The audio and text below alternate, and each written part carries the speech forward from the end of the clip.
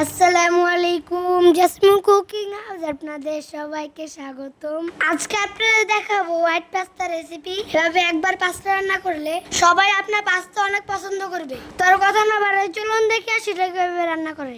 প্রথমে একটি করে 3 কাপ পরিমাণ পানি দিয়ে দিয়েছে, আর এখানে দিয়ে দিবে 3টা টমেটো। একটু খেয়াল করলেই দেখবেন টমেটোর মাথার দিকে একটু কাটা আছে। এটা করলে টমেটোর খোসা উঠাতে সুবিধা হবে। টমেটোগুলোকে এই গরম পানির ভেতরে 2 মিনিট রাখলেই হবে।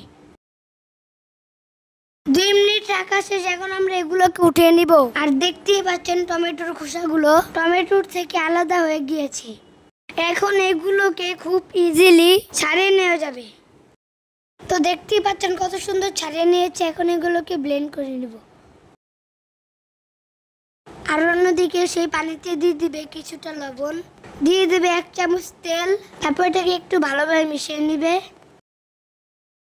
এখন এখানে দিয়ে দিবে পাস্তাটা আপনাদের পছন্দ মতো নিয়ে নিতে পারেন। এখন এই পাস্তাটাকে 6 থেকে 7 মিনিটের মতো সিদ্ধ করে নিতে হবে। তো আমাদের পাস্তা সিদ্ধ করা শেষ। এখন আমরা এটার ভিতরে ঠান্ডা পানি দিয়ে দেব। আর অন্যদিকে একটি প্যানে দিয়ে দিবে সামান্য একটু বাটারটা মেল্ট হয়ে গেলে এখানে দিয়ে দিবে 2 টেবিল চামচ আটা বা ময়দা। একটা নিলেই হবে, সমস্যা নেই। তারপরে আটাটাকে ভালোভাবে বাটারের সাথে মিক্স করে নিতে হবে। আর এই সময় চুলার আঁচটা একদম লো থাকবে।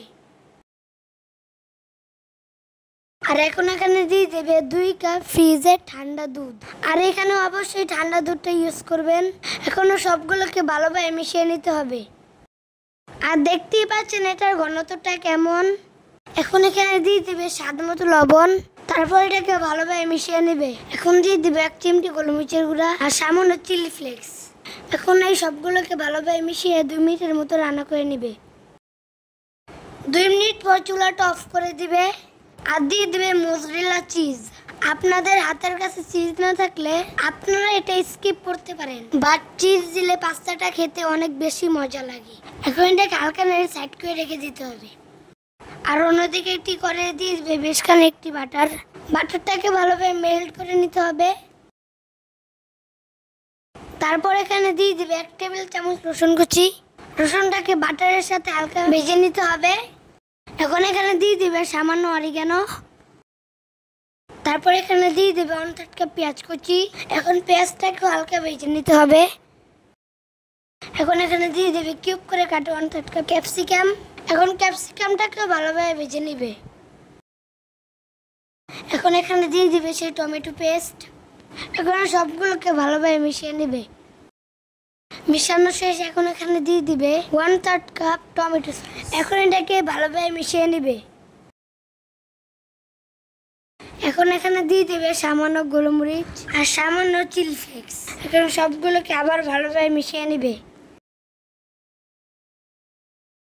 এখন এর ভিতরে 2 টেবিল চামচ দুধ দিয়ে ভালোভাবে মিশিয়ে নেবে। এখন এখানে দিয়ে দিবে সেই তৈরি করা ক্রিম।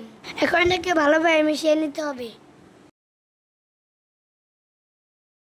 ভালোভাবে মিশিয়ে নেওয়া শেষ। এখন এখানে দিয়ে দিবে সেই সেদ্ধ করা পাস্তা। এখন এটাকে ক্রিমের সাথে ভালোভাবে মিশিয়ে নিতে হবে। আর এই পর্যায়ে চুলার আঁচটা কিন্তু একদম লো থাকবে। আর এটাকে আমরা ঠিক 3 মিনিটের মতো রান্না করে নিব। তো এর মধ্যে আমাদের পাস্তা রান্না করা শেষ। কেমন হয়েছিল অবশ্যই আমাদের কমেন্ট করে জানাবেন। আর ভালো লাগলে আমাদের চ্যানেলটিকে সাবস্ক্রাইব করবেন এবং লাইক কমেন্ট শেয়ার করে আমাদের পাশে থাকবেন। তো আজকে এই পর্যন্ত, সবাই ভালো থাকবেন, সুস্থ থাকবেন। আল্লাহ হাফেজ।